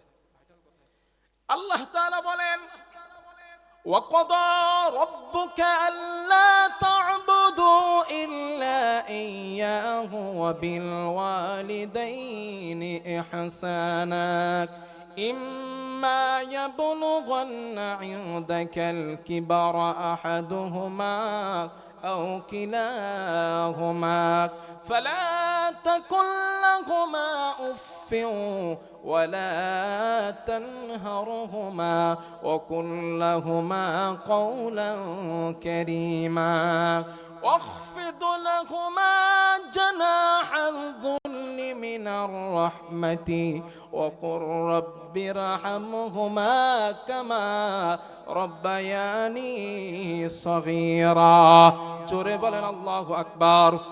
আল্লাহ তাআলা বলেন গোলাম, তোমার রব, তোমার মালিক, তোমার আল্লাহর নিকট থেকে ফয়সালা হয়ে গিয়েছে, ঘোষণা হয়ে গিয়েছে, তোমার আল্লাহর ইবাদত করার পর, দাসত্ব করার পর, গোলামি করার পর ইহসান করো, ভালোবাসো তোমার বাপ মার। ও আমার বান্দারা, তোমার মা অথবা বাপ 2 জনের একজন তোমার সামনে যদি চলে আসে, আল্লাহ বলেন তাদের সামনে শব্দ করে কথা বলবা না। আল্লাহ বলেন 2 জনাই যদি আসে তাদের সামনে শব্দ করে কথা বলো না, কারণ তারা তোমার বাবা মা। আমি আল্লাহর কাছ থেকে এটা রায় হয়ে গেছে, আপনি কোনো অপরাধে জড়িয়ে গেছেন, এই অপরাধের মামলা ম্যাজিস্ট্রেট কোর্টে চলে গিয়েছে, ম্যাজিস্ট্রেট কোর্ট রায় দিয়ে দিয়েছে 5 বছরের জেল, 50,000 টাকা জরিমানা। আপনি মনে করলেন আমার যে অন্যায়, এই অন্যায় এটা হতে পারে না, এই শাস্তি এবং জরিমানা হতে পারে না, আপনি হাইকোর্টে আপিল করবেন, সুযোগ আছে না নেই? একটু কথা বলেন। আপনি যদি মনে করেন আপনি হাইকোর্টে আপিল করবেন, আপনি করতে পারবেন। হাইকোর্ট রায় দিয়েছে 10 বছর জেল, 1 লাখ টাকা জরিমানা। আপনি বলেন না, এটা হতেই পারে না। আছে কোন কোর্ট? সুপ্রিম। আপনি যদি মনে করেন সুপ্রিম কোর্টে আপিল করবেন, আপনি পারবেন, কারণ এই হাইকোর্টের কেস আপনার সমনীয় বা পছন্দনীয় না। ভারত সংবিধান এটাই। সুপ্রিম কোর্ট রায় দিয়েছে যাবজ্জীবন কারাদণ্ড, 5 লক্ষ টাকা জরিমানা। আপনি যদি মাথা ঠুকে মরেও যান, এ রায় আমি মানি না, কোনো উপায় নেই, কারণ সুপ্রিমের উপরে ভারতবর্ষের কোনো কোর্ট নেই। আপনারা বলেন, সুপ্রিম কোর্টের বিচারপতি জর্জের রায়ের দাম বেশি না আল্লাহ তাআলার রায়ের দাম বেশি? জোরে বলেন, জোরে বলেন। আল্লাহ পাকের। আল্লাহ এখানে বলেন ওয়াকাদা। কদা শব্দের বাংলা অর্থ হলো রায় দেওয়া, ঘোষণা করা, বক্তৃতা দেওয়া, ফয়সালা করে দেওয়া, কোন বিষয় এস্টাবলিশ করে দেওয়া, এটার নাম কদা। আল্লাহ বলেন আমি সুপার পাওয়ারফুল জজ, আমি বাদশার বাদশা, আমি মালিকের মালিক। সুপ্রিম কোর্টের উপরের কোর্ট থেকে রায় হয়ে গিয়েছে, তোর রবের ইবাদত করার পর দাসত্ব কর, গোলামি কর, ইহসান কর তোর বাবা মাকে। কারণ এদের দুইজনের একজন যদি তোদের সামনে আসে, তাদের সামনে উফ শব্দ করে কথা বলবি না। যদি কথা বলিস আমি রবের কাছে দণ্ডায়মান হওয়ার জন্য রেডি হ। আমার বক্তৃতা না রব বলছে।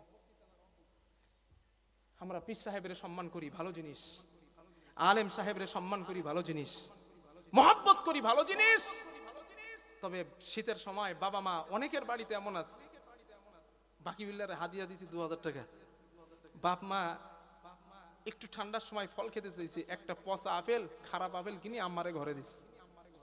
আর কাবায় গিয়ে দোয়া করতেছি, মালিক আমি জান্নাত চাই। ফেরেশতার বলে কবরে ঢোক, শুধু জুতবো।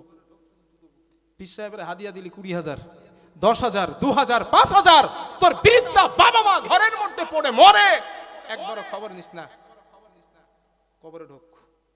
রাসূল স্পষ্ট হাদিসে বলেছেন, মুস্তাজাবুদ দাওয়া, 3 শ্রেণী ব্যক্তির দোয়া আল্লাহর কাছ থেকে কখনো ফেরে না।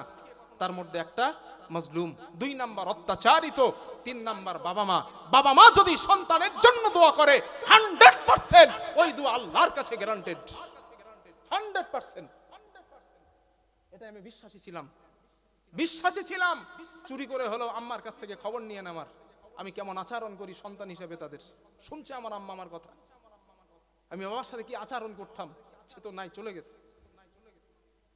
বাবা মার সেবা করা ছাড়া পৃথিবীতে ডেভেলপ হওয়া যায় না। আবার বলছি, বাবা মার সন্তুষ্টি ছাড়া পৃথিবীতে ডেভেলপ হওয়া যায় না, 100% যায় না। তাদের মনে কষ্ট দিয়ে সফল হবেন, বিজনেস করে লাভবান হবেন, ঘোড়ার ডিম।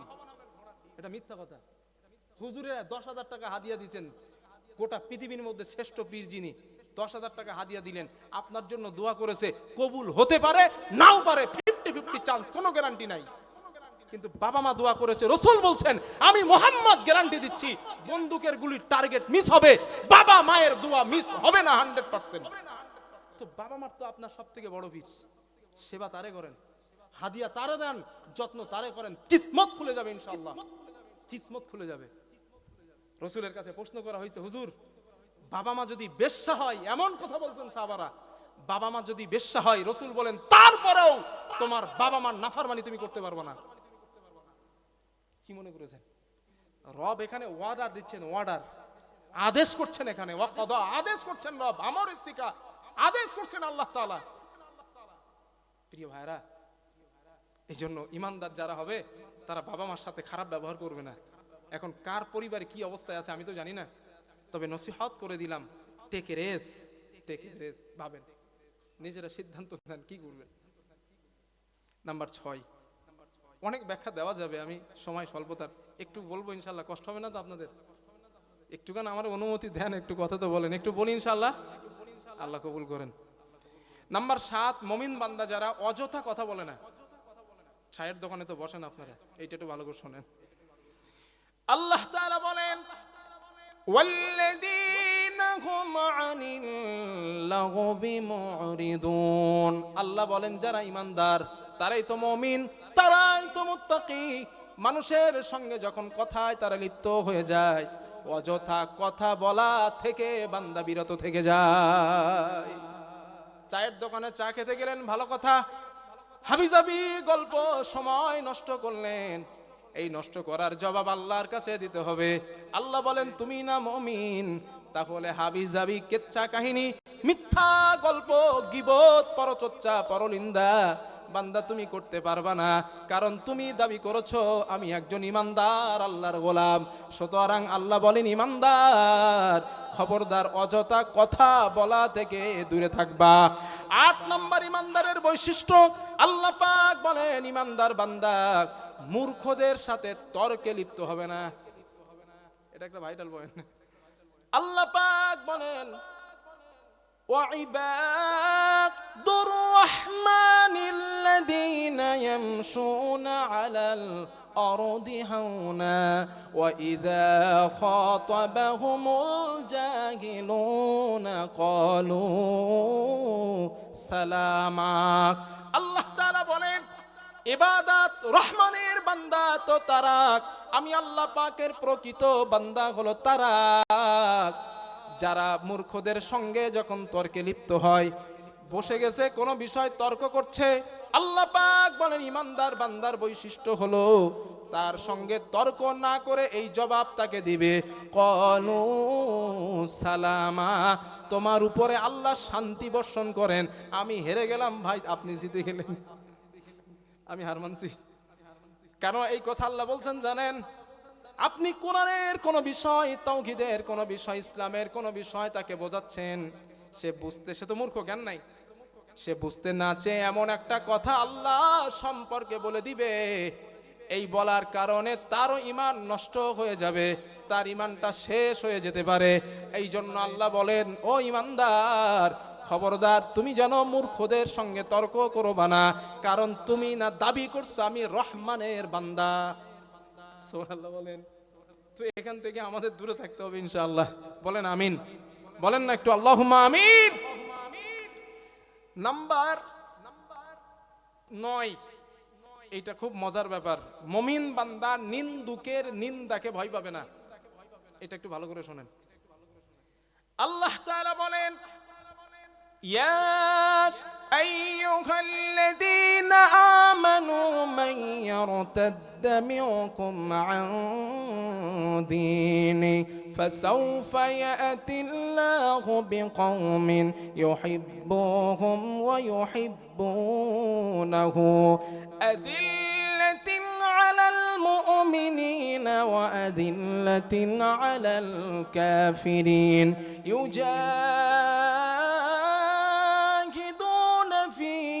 سبيل الله ولا يخافون لومة لاعم ذلك فضل الله يؤتيه من يشاء والله واسع عليم জোরে বলেন আল্লাহু আকবার।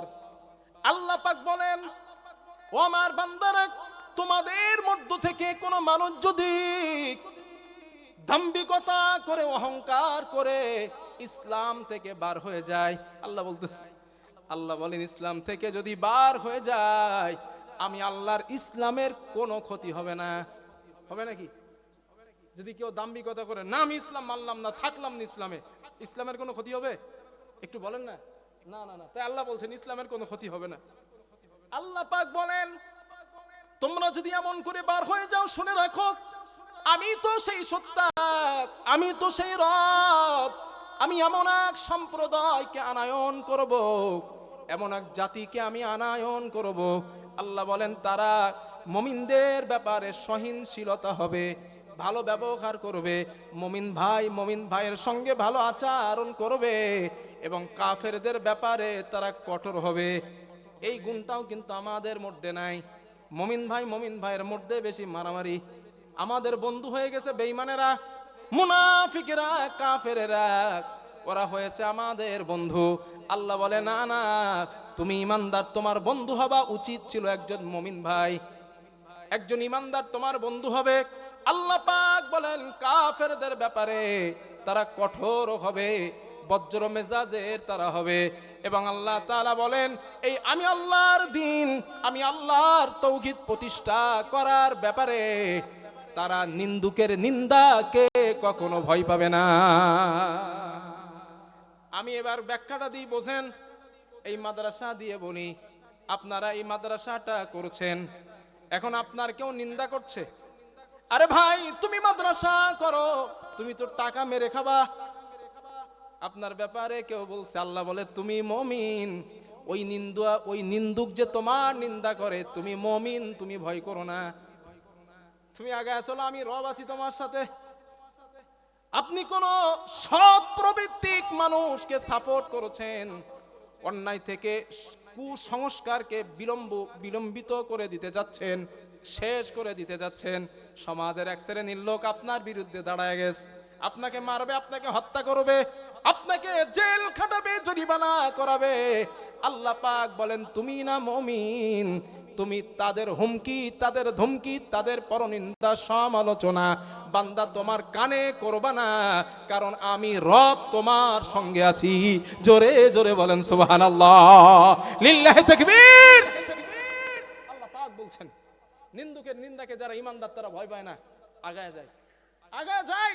রাসূল সাল্লাল্লাহু আলাইহি ওয়াসাল্লামকে কম বাধা দেয় নাই ইসলাম প্রতিষ্ঠা করার ক্ষেত্রে, ইসলাম প্রতিষ্ঠা করার ক্ষেত্রে নবীজিকে গালি দিছে। নবীজিকে বলছে মাজনুন, মোহাম্মদ তুমি একটা পাগল। নবীজিরে বলছে মোহাম্মদ তুমি একটা কবি, এ মোহাম্মদ তুমি লেস কাটা, তুমি আফতার। নবীজিরে গালি দিস। আরে শুধু গালি দেয় নাই, রসুলের মাথায় আঘাত করে মাথা ফাটায় দেওয়া হয়েছে। শুধু ফাটা দিয়ে তারা ক্ষান্ত হয় নাই, নবীজিকে নিয়ে জেল রুদ্ধ করছে, একদিন দুই দিন না, এক টানা 3টা বছর। শিহাবে আবি তালিবে নবীজিরে জেল বন্দী করছে, এতেও তারা ক্ষান্ত হয় নাই। এক পর্যায়ে রাতের বেলা রসুলের বাড়ি ঘেরোয়া করলো, কোনো কথা হবে না, মুহাম্মদকে হত্যা করব, বিকল্প কোনো রাস্তা নাই। নবীজিকে হত্যা করার ষড়যন্ত্র নিয়ে রাতের বেলা ঘর ঘেরোয়া করলেন। রাসূল সাল্লাল্লাহু আলাইহি ওয়াসাল্লামের কাছে জিবরাইল আসলেন, হুজুর আপনারে হত্যা করবে, সব রেডি, আপনি চলে যান। নবীজি বললেন যাব, তারা তো দেখতে পাবে। নবীজি জিবরাইল বললেন আরে যান না, বাকিটা দেখবো। রাসূল এক মুষ্টি বালি নিলেন, শাহাতিল উযু বলে নবী ছেড়ে দিলেন। প্রত্যেকটা কাফেরদের চোখের কোণায় বালিগুলা চলে যায়। আল্লাহ পরবর্তীতে কোরআনের আয়াত নাজিল করে বলেন, ও নবী ওমা রমাইতা ইদ রমাইতা ওয়ালাকিন্নাল্লাহ রমা। ও রাসূল, ও নবী বালিটা আপনি ছুটছিলেন, তবে বালির ডানাগুলো আপনি দেন নাই, আমি দিয়েছিলাম। সুবহানাল্লাহ বলেন। ঈমানদারদের সঙ্গে কে থাকে? আল্লাহ তাআলা। প্রিয় ভাই, নবীর জীবন থেকে শিক্ষা নেওয়া উচিত। আপনি মাদ্রাসার সাপোর্ট, আপনারা কেউ গালি দেয়, রব বলেন ওরে গালি দিতে দাও, ওরে গালি দিতে দাও। আপনি কিছু একটা খুব ভালো কাজ, খারাপ কাজের প্রতিবাদ করছেন, আপনারা কেউ গীবত করে, কেউ আপনারা গালি দেয়, কেউ আপনারা হাবিজাবি কথা বলে, আল্লাহ বলেন ওরে দিতে দাও, ওরে দিতে দাও। কারণ রসুলের কাজ ছিল সমাজের মধ্যে সত্যকে প্রতিষ্ঠিত করা, আর আবু জেহেলের কাজ ছিল সমাজ থেকে ওই সত্য জিনিসটাকে মিটিয়ে দেওয়া। ঠিক না? একটু জোরে বলেন। এটাই ছিল পরিকল্পনা। এই জন্য নবীজি গাল শুনছেন, মার খাইছেন, কষ্ট পেয়েছেন। সুতরাং সবার কাছে অনুরোধ, ভালো কাজ করতে গিয়ে যদি গালাগালি শুনতে হয়, এটা নিয়ামত হিসাবে নেবেন, কারণ এই গালাগালি কিয়ামতের দিন জান্নাতে যাওয়ার কারণ হয়ে যাবে ইনশাআল্লাহ। কারণ ভালো কাজ করতে গিয়ে গালি শোনা এটা সুন্নতে মুহাম্মাদি সাল্লাল্লাহু আলাইহি ওয়াসাল্লাম, এটা রাসূলের সুন্নাত, এটা নবীজির সুন্নাত। ভালো কাজ করতে গিয়ে গালি শোনা এটা রাসূলের সুন্নাত। আমি কথাগুলো কেন বলছি জানেন? আপনারা তো আমার গ্রামের মানুষ, অনেক কথা শুনছেন মোড়ে ঘাটে। আমার নামে কিন্তু কম কথা শোনেন নাই আপনারা। ও মাদ্রাসা বানিয়েছে মেরে খাবে তাই। আমি কথাগুলো শুনি আর মাঝে মাঝে হাসি। আমি বিশ্বাস করেন ভাই, কষ্ট পাই সেটা ভিন্ন কথা, মাঝে মাঝে হাসি আমি। মানুষ কোন সেন্সে কথা বলে, আমার বছর ইনকাম কত জানেন? কোন সেন্সে কথা বলেন? আমি মাদ্রাসা বানাইছি মেরে খাবো তাই? একটা বড় বিজনেসম্যান যত টাকা ইনকাম করে, লা ফাকরা ফিহি, ফখর করছি না, তার থেকে আমি বাকি বিল্লার বেশি ইনকাম। আমার সঙ্গে তো বহুত ছেলে পেলে গিয়েছে, জিজ্ঞেস করে দেখবেন। আমি একটা জলসা করি 20,000, 25,000, 30,000 টাকা হাদিয়া পাই। আমি কোনো জলসায় যদি মোসবা করি, সারা বছর যত টাকার গাড়ির তেল পরে এই মোসবাই পুরো টাকা উঠে যায়। আমার শরম লাগে তাই মোসবা করি না। আমি যত টাকা ইনকাম করি, 1 বছর ইনকাম করবো, 4 বছর বসে খাবো ইনশাল্লাহ। কি দরকার আমার মাদ্রাসার টাকা মেরে খাবার? যদি ওইগুলোই খেতে হয় তো সুদ খামো, তাই না? মাদ্রাসার টাকা, লোকের যাকাতের টাকা মেরে খাওয়া আর সুদ খাওয়া তো সমানই। মাইন্ড চেঞ্জ করেন, মাইন্ড চেঞ্জ করতে হবে, মাইন্ড চেঞ্জ করতে হবে। সফলতা পেতে গেলে মাইন্ড চেঞ্জ করতে হবে। মাইন্ড চেঞ্জ ছাড়া বিকল্প রাস্তা নেই। আমরা সকলকে নেগেটিভ ভাবে ধরি, এই নেগেটিভটাকে যতদিন পজিটিভ করতে না পারবো, মুসলিম কমিউনিটির কোনো উন্নতি হবে না। আবার বলছি, এই নেগেটিভ মাইন্ডটাকে যতদিন পজিটিভ না করব, ততদিন উন্নত মানের আমরা জাতি হতে পারবো না। লিখে রাখেন, মাইন্ড চেঞ্জ করেন, প্রত্যেকটার একটু পজিটিভ ভাবে নিতে শেখেন। আমি মাঝে মাঝে হাসি, আমার কাছে কিছু কিছু লোক খবর দেয়, এইটা বলছে তোমার, আরে বলতে দাও না, মানুষ তো বলবেই না। আমি যতদিন মাদ্রাসা করি নাই ততদিন খুব ভালো ছিলাম, তো মাদ্রাসা করছি, এখন দুটো একটা লোক কিছু মানুষ বলবে, মেরে খাবে, এসে হাবি যাবি, বলুক না, সমস্যা কি আছে? তো এগুলো আমি পরোয়া করি না। তো কথাগুলো কেন বলছি? কারণ আল্লাহ তাআলা বলেন নিন্দুকের যারা মুমিন হয় ওরা ভয় পায় না। সুতরাং ভাইয়েরা, আপনি, আমি নয়, আপনারাও কোনো ভালো কাজের সঙ্গে কখনো জড়িত থাকলে নিন্দুকের নিন্দাকে ভয় পাবেন না। এটা ইমানদারের বৈশিষ্ট্য।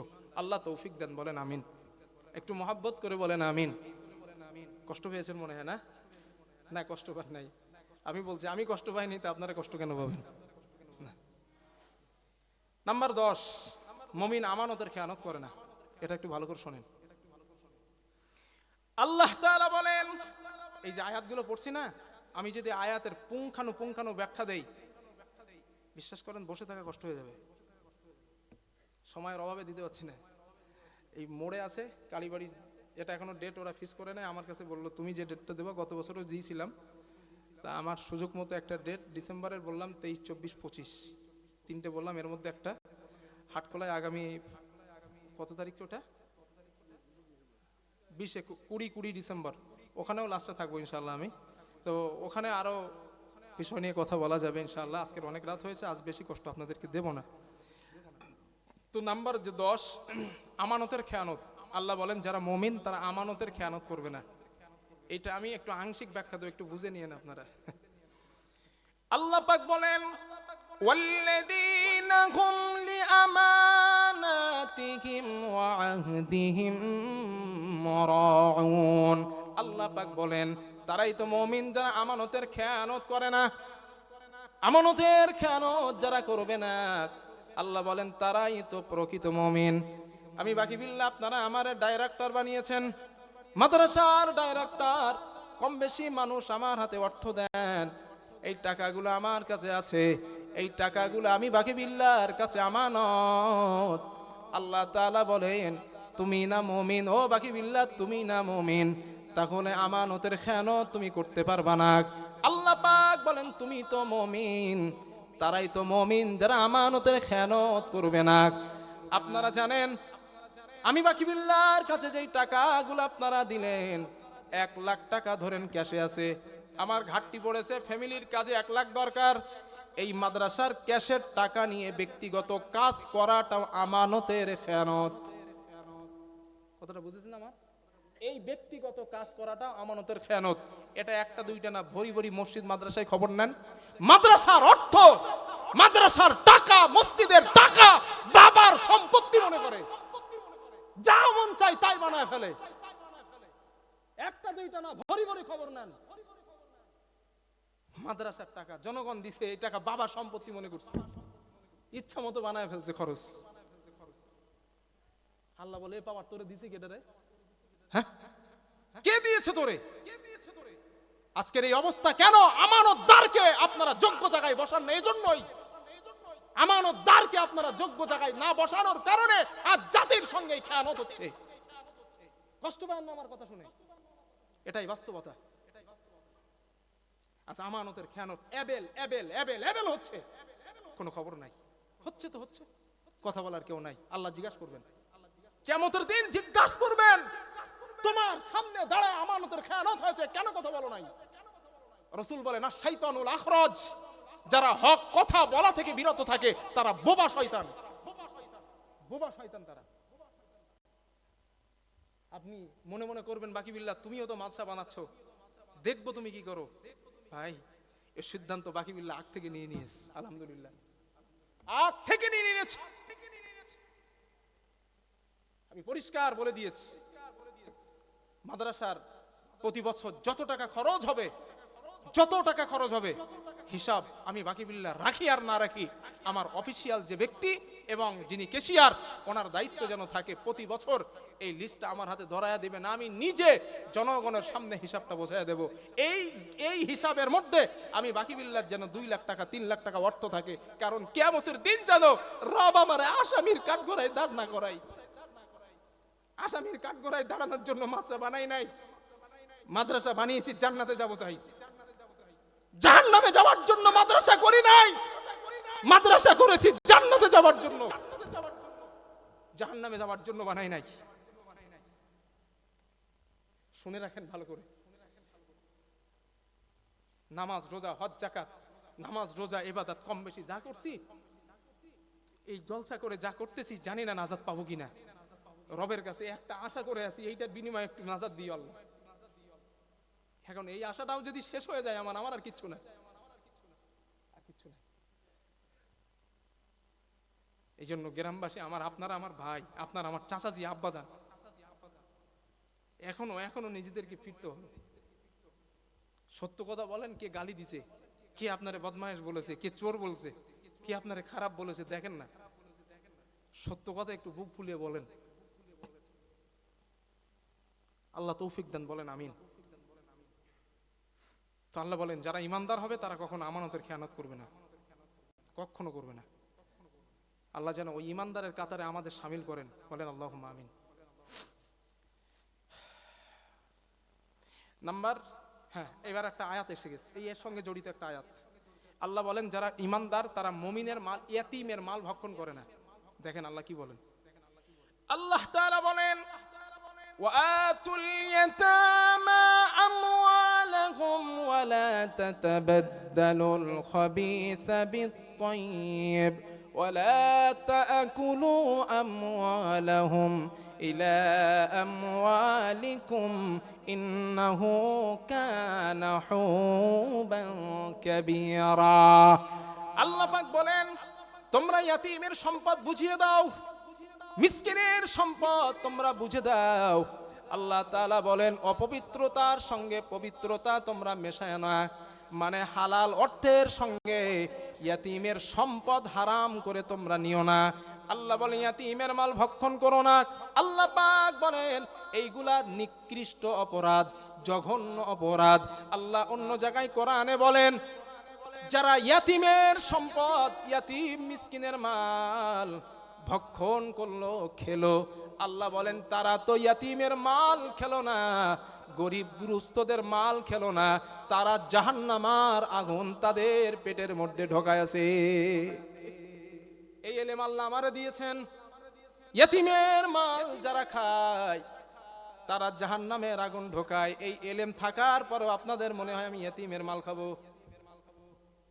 এরপরেও কি মনে হয় আমি যাকাতের মাল খাবো? প্রিয় মুসলমান ভাইরা, আল্লাহ পাক এই জন্য সতর্ক করেন গোলাম তুমি না ইমানদার, জান্নাতের দাবিদার, খবরদার ইয়াতীমের সম্পদের সঙ্গে তোমার সম্পদ বান্দা তুমি মেলায় ফেলবা না। কারণ এই সম্পদ যদি তোমার পেটের মধ্যে যায় বান্দা জান্নাতে যাবা তোমার জন্য বড় মুসিবত হয়ে যাবে। আল্লাহ ওখান থেকে আমাদের হেফাজত হবার তৌফিক দেন। জোরে জোরে বলেন আমিন, নারাই তাকবীর। এরপর আল্লাহ পাক বলেন মুমিন বান্দা মানুষকে ক্ষমা করে দেয়, যারা ইমানদার হবে তারা মানুষকে ক্ষমা করে দেবে। আল্লাযীনা ইউফিকুনা ফিস সাররাই ওয়াদ-দাররাই ওয়াল কাযিমিনাল গায়যা ওয়াল আফিঈনা আনিন নাস আল্লাহু ইউহিব্বুল মুহসিনিন। জোরে বলেন আল্লাহু আকবার। আল্লাহ পাক বলেন যারা সচ্ছল অবস্থায় এবং অসচ্ছল অবস্থায়, মানে যখন সুখে আছেন এবং যখন দুঃখে আছেন, আল্লাহ বলেন যারা সর্ব অবস্থায় আমি আল্লাহ রাস্তায় দান করে এবং যে মানুষকে ক্ষমা করে দেয়, আল্লাহ বলেন ওই বান্দাই হলো প্রকৃত মুমিন। জোরে জোরে বলেন সুবহানাল্লাহ। ওই বান্দা তো মুমিন যে বান্দা বিপদে আছে, ওর কাছে অর্থ নাই, সম্পদ বেশি নাই, আল্লাহ বলেন ওই অবস্থায়ও বান্দা 2 টাকা হলেও দান করেছে। যখন আমি তারে অর্থ অনেক দিয়েছি, অর্থ দানের পরিমাণও বান্দা বাড়িয়ে দিয়েছে। আল্লাহ বলেন এই বৈশিষ্ট্য যাদের মধ্যে আছে আমি আল্লাহ ওদেরকে as-সাদাকা, আমার আল্লাহ ওদেরকে as-সাদাকা জান্নাতের দরওয়াজা দিয়ে আল্লাহ জান্নাতের মধ্যে প্রবেশ করায় দিবে। এই বৈশিষ্ট্য আমরা আনবো ইনশাআল্লাহ। একটু বলেন না ইনশাআল্লাহ আনবো আমরা? জি, অসচ্ছল অবস্থায় থাকি আর সচ্ছল অবস্থায় থাকি, যে অবস্থায় থাকি না কেন 2 টাকা হলেও আল্লাহর রাস্তায় দান করব, কারণ দান জান্নাতে নিয়ে যায়। দেখেন আল্লাহ কি বলেন। আল্লাহ তাআলা বলেন ইন্নাল্লাহ হাশতারা মিনাল মুমিনিনা আনফুসাহুম ওয়া আমওয়ালাহুম বিআন্না লাহুমুল জান্নাহ। আল্লাহ তাআলা বলেন ইমানদার আমি তো তোমার রব, নিশ্চয় আমি তোমার আল্লাহ, তোমাদের জান এবং মাল আমি রব কিনে নিয়েছি। আল্লাহ বলেন ইমানদার আমি তোমার জান এবং মাল ক্রয় করে নিয়েছি। আপনারা বলেন জান এবং মাল কার অরিজিনালি? বলেন বলেন আল্লাহর। কিন্তু আল্লাহ বলেন আমি কিনে নিয়েছি। মুফাসসিররা লেখেন আল্লাহ তাআলা জান এবং মাল কেনার অর্থ হলো আল্লাহ আমাদের এরাদা কিনেছেন। আমাদের যেখানে ইচ্ছা টাকা দিতে পারবো না, যেখানে ইচ্ছা সম্পদ দিতে পারবো না। আল্লাহ তাআলা বলেন বান্দা যেহেতু আমি কিনে ফেলেছি, তোমার অর্থগুলো আমি আল্লাহ রাস্তায় দিতে হবে, না হক হারাম রাস্তায় দেওয়া যাবে না। তোমার ইচ্ছা মতো যেখানে তুমি মন চাইবা খরচ করবা না বান্দা, এই স্বাধীনতা তোমারে দেওয়া হয় নাই, কারণ আমি তোমার অর্থগুলা কিনে নিয়েছি। আল্লাহ পাক বলেন ও আমার বান্দারা, যদি তোমাদের আমি যে অর্থ দিয়েছি ওইখান থেকে অর্থ আমি আল্লাহ রাস্তায় দান করো, আমি রব বলে দিলাম বিআন্না লাহুমুল জান্নাহ। আল্লাহ বলেন আমি আল্লাহ তাকে দয়ার জান্নাত দান করে দিব। জোরে জোরে বলেন সুবহানাল্লাহ।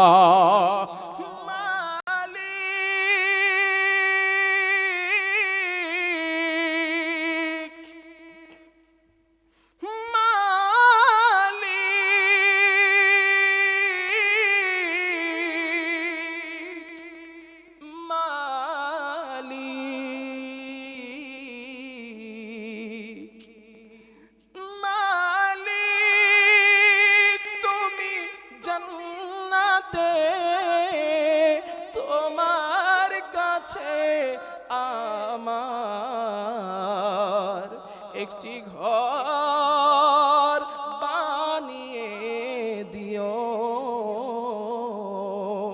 একটি ঘর বানিয়ে দিও।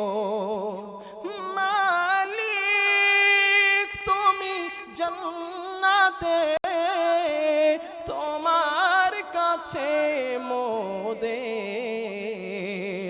একটি ঘর বানিয়ে দিও, একটি ঘর বানিয়ে দিও। বলেন আমিন, আরো জোরে বলেন আমিন। রব ওয়াদা করেছেন, কেউ নাই কেউ নাই। পৃথিবীর মানুষ ওয়াদা করলে খেলাফ করে। আল্লাহ বলেন ইন্না ওয়াদাল্লাহি হক, নিশ্চয়ই আমি তোমাদের রব, আমি ওয়াদা করলে আমি কখনো খেলাফ করি না। আমি তো সেই রব, আমি ওয়াদা করলে 100% পূরণ করি। ও মানুষ, আমি তোমার রব ওয়াদা করছি, তুমি আমি আল্লাহর রাস্তায় দান করো। আমি রব ওয়াদা করছি, আমি তোমারে জান্নাত দিব। আর নবীজি বলেন আমি মেরাজে গিয়ে আমি দেখলাম জান্নাতের 8টা দরজা আছে। কটা আছে? একটুখান জোরে বলেন। 8টা। নবী বলেন প্রত্যেকটা দরজার আলাদা আলাদা নাম আছে, প্রত্যেকটা দরজার আলাদা আলাদা নাম আছে। নবীজি বলেন এর মধ্যে একটা দরজার নাম আছে আস-সাদাকাহ। দুনিয়ার জমিনে যারা সদকা করত, দান করত আল্লাহ পাকের রাস্তায়, আল্লাহ পাক বলেন, নবীজি বলেন এই দানশীল ব্যক্তিদেরকে আল্লাহ তাআলা ওই সাদাকা নামক দরজা দিয়ে জান্নাতে প্রবেশ করাবেন। সুবহানাল্লাহ। ও রব, আমার গ্রামের প্রত্যেক মানুষকে তুমি ওই জান্নাত দান করো। বলেন আমিন। একটু মন খুলে বলেন আমিন। প্রিয় মুসলমান ভাইরা, আপনাদের বক্তৃতা, আপনাদের আলোচনা শোনার যা অবস্থা আমি দেখছি, আর একটু কথা বলবো না শেষ করে দেব? একটু বলি না, আপনাদের আর কষ্ট দেব না। একটা অলরেডি ওভার হয়ে গেছে। প্রিয় ভাই, এখনো আমি টোটাল এখানে সিরিয়ালটা বল 30টা আমি মুমিনের বৈশিষ্ট্য নিয়ে আসছি। সবে বলেছি মাত্র 10টা, এখনো 20টা বাকি। এখনো 20টা বলতে গেলে এখনো 3 ঘন্টা 4 ঘন্টা দরকার। এটা তো সম্ভব হয়ে উঠবে না। সর্বশেষ আর একটা 30 নাম্বার যেটা শেষ ইমানদারের বৈশিষ্ট্য, আল্লাহ বলেন ইয়া আইয়ুহাল্লাযীনা আমানু লা তাকরাবু আমানুত্তাকুল্লাহ ওয়া দারু মা বাকিয়া মিনার রিবা ইন কুনতুম মুমিনিন। আল্লাহ বলেন যারা ইমানদার, যারা মুমিন, যারা মুত্তাকি তারা সুদ খাবে না।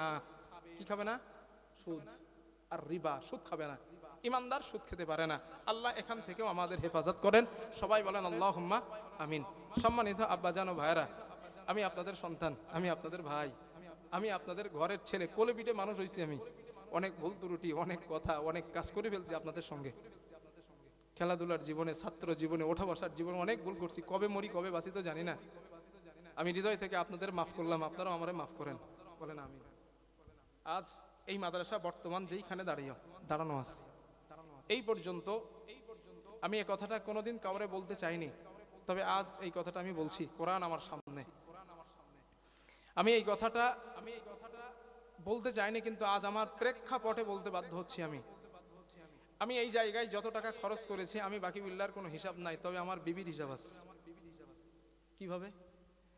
আমি যে টাকাটা খরচ করতাম এইখানে, আমি আমার বিবিকে বলতাম তুমি লিখে রাখো, তবে কোশ্চিন কালেও আমার সঙ্গে যেন বলবা না কত টাকা আমি এখানে খরচ করছি। কারণ আমি এইটা যেন আল্লাহরে গিয়ে বলতে পারি, আল্লাহ কত টাকা দিছিলাম হিসাব করি নাই জীবনে, তুমি এর বিনিময়ে মাফ করে দাও। এজন্য আমি জানি না, তবে বর্তমান এই মাদ্রাসাটা 18.5 লক্ষ টাকা বর্তমান দেনায় আছে।